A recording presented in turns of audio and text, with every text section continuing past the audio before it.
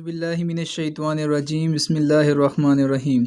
अस्सलामुअलैकुम वरहमतुल्लाहि वबरकातुहू। I hope कि आप सब लोग खैरियत से होंगे। लास्ट वीडियो में हमने एक्सरसाइज 1.6 के क्वेश्चन नंबर 1 को सॉल्व किया था और आज इंशाल्लाह हम क्वेश्चन नंबर 2 को देखेंगे। वीडियो को स्टार्ट करने से पहले अगर आप मेरे चैनल पर नए हैं तो मेरे चैनल को सब्सक्राइब कीजिए और साथ लगे बेल आइकन को प्रेस कीजिए। तो हमारे पास जो क्वेश्चन नंबर 2 है, solve the following word problems by using matrix inversion and Cramer rules. इन दोनों तरीकों को इस्तेमाल करते हुए हमने क्वेश्चंस को सॉल्व करना है। जो हमारे पास क्वेश्चन नंबर 2 है वो ये है कि the length of a rectangle is 4 times it's width. Means के जो एक रेक्टेंगल की लेंथ है वो 4 गुना बड़ी है उसकी विड्थ से। The parameter of the rectangle is 150 centimetre. और जो पैरामीटर है रेक्टेंगल का वो 150 सेंटीमीटर है। Find the dimensions of the rectangle. तो अब हमने क्या करनी है, उस रेक्टेंगल की डायमेंशंस को मालूम करना है। तो सबसे पहले हम देखते हैं कि रेक्टेंगल क्या होता है। रेक्टेंगल हमारे पास एक ऐसी शेप होती है जिसकी ये वाली और ये वाली जो दोनों साइड्स होती हैं ये आपस में बराबर होती हैं और एक दूसरे के पैरेलल होती हैं। और इसी तरह ये वाली साइड और ये वाली साइड एक दूसरे के क्या होती हैं, पैरेलल होती हैं और साइज़ में भी बराबर होती हैं। सही है। तो लेट्स सपोज कि हमारे पास ये एक रेक्टेंगल है और उसकी जो हमारे पास विड्थ है वो है हमारे पास x और जो हमारे पास लेंथ है वो है इक्वल्स टू y। हमने अपनी तरफ से सपोज कर लिया है कि ये जो हमारे पास रेक्टेंगल थी उसकी जो हमारे पास विड्थ है वो x है और जो हमारे पास लेंथ है वो y है। राइट। तो अब हम देखते हैं कि कंडीशन क्या है। अकॉर्डिंग टू गिवन कंडीशन, जो उन्होंने हमें कंडीशन दी है इस क्वेश्चन में, हम उसको देखेंगे। अकॉर्डिंग टू गिवन कंडीशन, तो जो हमारे पास कंडीशन है वो ये है कि the length of rectangle is 4 time it's width. जो रेक्टेंगल की ये वाली जो लेंथ है वो उसकी विड्थ से 4 गुना ज़्यादा है। लेट्स सपोज कि अगर ये वाली लेंथ मेरे पास 2 है, सॉरी ये वाली जो विड्थ अगर मेरे पास 2 है तो उसकी जो लेंथ होगी वो क्या होगी, 8, 4 टाइम्स ग्रेटर होगी उससे। अगर ये 2 है तो ये हमारे पास क्या हो जाएगी, 8। सही है।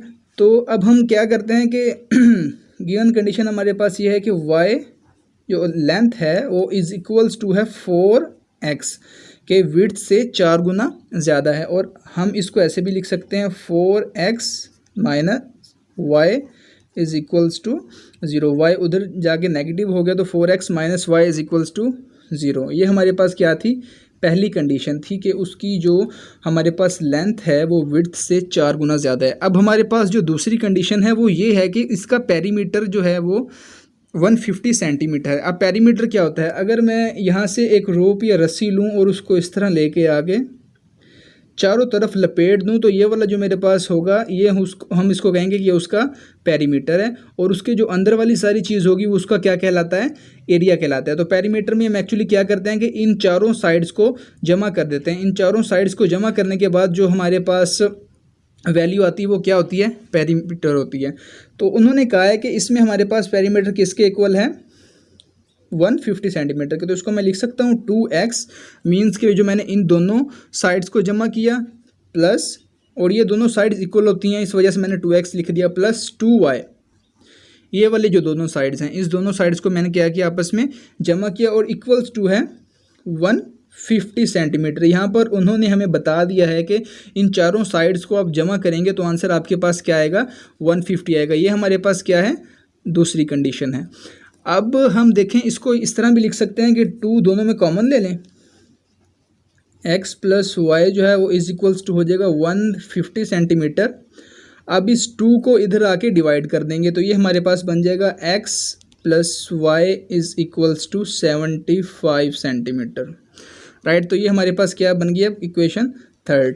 एक्चुअली अब इसमें हमें स्टेटमेंट दी गई थी और हमने पहले इक्वेशन को ड्राइव करना था और फिर इनको सॉल्व करना था। अब जो हमारे पास इक्वेशन आई है वो है 4x minus y is equals to 0 and x plus y is equals to 75। अब ये देखें, ये हमारे पास 2 लीनियर इक्वेशंस बन गई हैं। अब हम इनको सॉल्व करेंगे। तो अब ये हमारे पास दो लीनियर इक्वेशंस आ गई हैं। अब सबसे पहला जो काम करना है हमने उसी तरीके से सॉल्व करेंगे जिस तरीके से हमने क्वेश्चन नंबर 1 को सॉल्व किया था। सबसे पहले हम क्या करेंगे कि इनको मैट्रिक्स फॉर्म में लिख लेंगे। इन मैट्रिक्स फॉर्म, इनको हम मैट्रिक्स फॉर्म लिख लेंगे।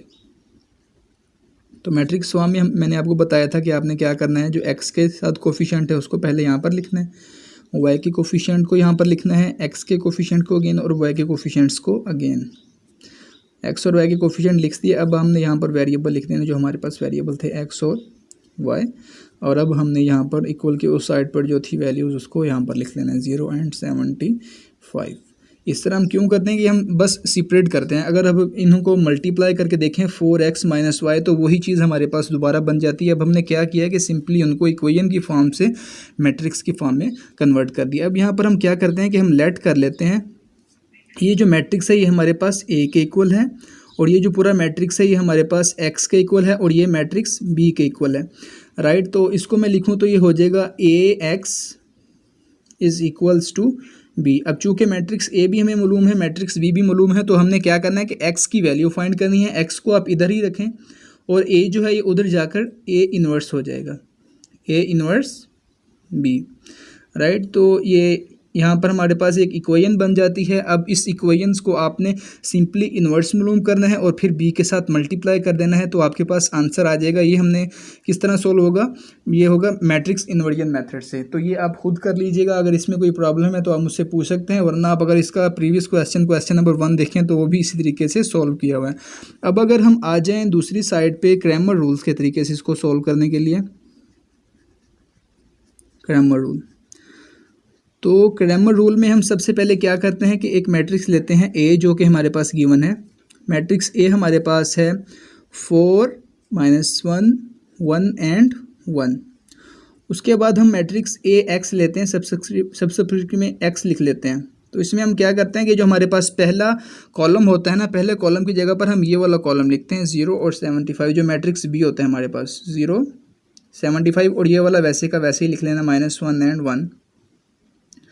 उसके बाद हम क्या करते हैं कि ए वाई मालूम करते हैं। ए वाई में हमने क्या करना है कि जो हमारे पास पहला वाला कॉलम होता है, पहले वाले कॉलम को हमने वैसे का वैसे लिखना है, और जो दूसरा कॉलम होता है उसकी जगह पर हमने मैट्रिक्स बी को पुट कर देना होता है 4 1 एंड 0 75, राइट।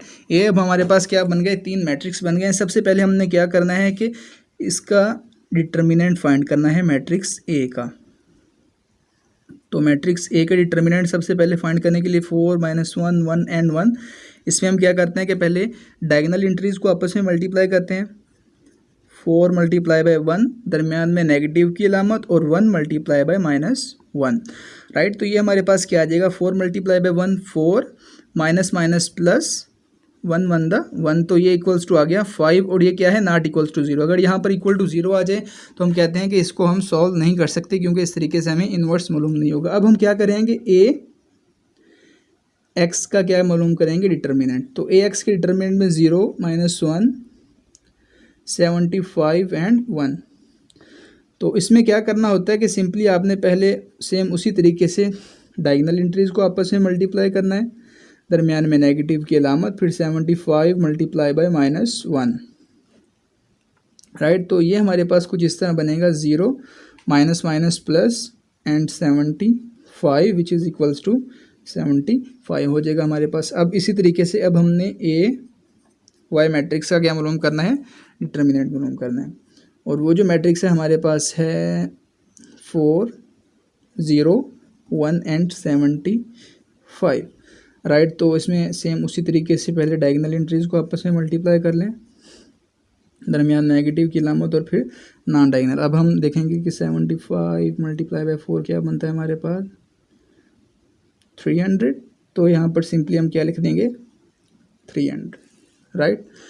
तो अब जो हमारे पास इसका फार्मूला होता है एक्स की वैल्यू निकालने का, वो होता है X is equals to determinant of A X divided by mod of A. तो ए एक्स की वैल्यू हमारे पास क्या आई थी, 75, और डिवाइडेड बाय 5। तो इसका जो आंसर हमारे पास आया है वो आएगा 7 1 7 एंड 7 5 25 15। एक्स का आंसर क्या आ गया, 15। इसी तरीके से अब हम वाई का आंसर निकालेंगे, तो वो होगा determinant of A Y divided by determinant of A Y की वैल्यू थी हमारे पास 300 और डिवाइडेड बाय हम इसको किससे करेंगे 5 से डिवाइड करेंगे तो 5 6 दा 30 और 0 का 0 आ जाएगा। सही है, तो इसका मतलब है कि हमारे पास x का आंसर क्या आया 15 और इसी तरह y का आंसर क्या आया 16। अगर आप अब गौर करें x हमारे पास क्या था उसकी विड्थ थी और y हमारे पास क्या था उसकी लेंथ थी। हमने प्रूव करना था जो उसकी लेंथ है वो उसकी विड्थ से 4 गुना ज़्यादा है। अगर हम देखें 15 को मल्टीप्लाई बाय 4 करके देखें 0 एंड 6, अब ये देखें वही 16 बन रही है ना, मीन उसकी जो लेंथ है वो 4 गुना ज़्यादा है उसकी विड्थ से। तो यही चीज़ अब हमने प्रूव करनी थी, बस हमने साबित कर दी। यहाँ पर x इज़ इक्वल्स टू है 15 सेंटीमीटर और y इज़ इक्वल्स टू है 60 सेंटीमीटर। इस तरह ये क्वेश्चन हमारा सॉल्व हो गया। आप लोगों का बहुत बहुत शुक्रिया, जज़ाकल्लाह।